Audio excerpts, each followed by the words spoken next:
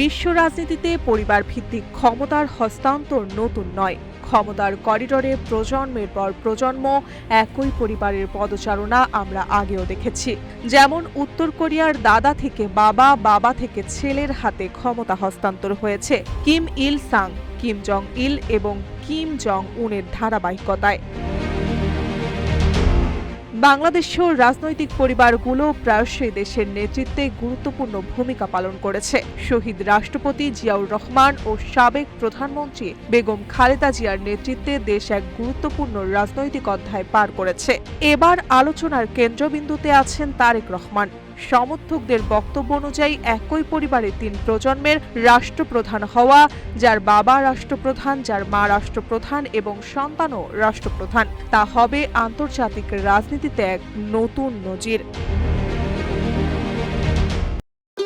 ভবিষ্যৎ হোক নিরাপদ, বিনিয়োগ হোক বিশ্বস্ত, আর আমার পছন্দ সল্ট বে। ওয়েলকাম টু সল্ট বে।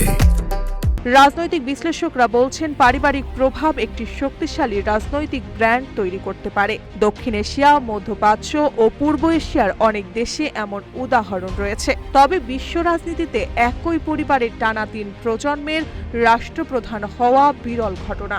উদাহরণস্বরূপ, ভারতের নেহরু গান্ধী পরিবারের ৩ প্রজন্ম রাজনৈতিকভাবে গুরুত্বপূর্ণ ভূমিকা রেখেছে, কিন্তু ৩ জনই রাষ্ট্রপ্রধান হয়নি।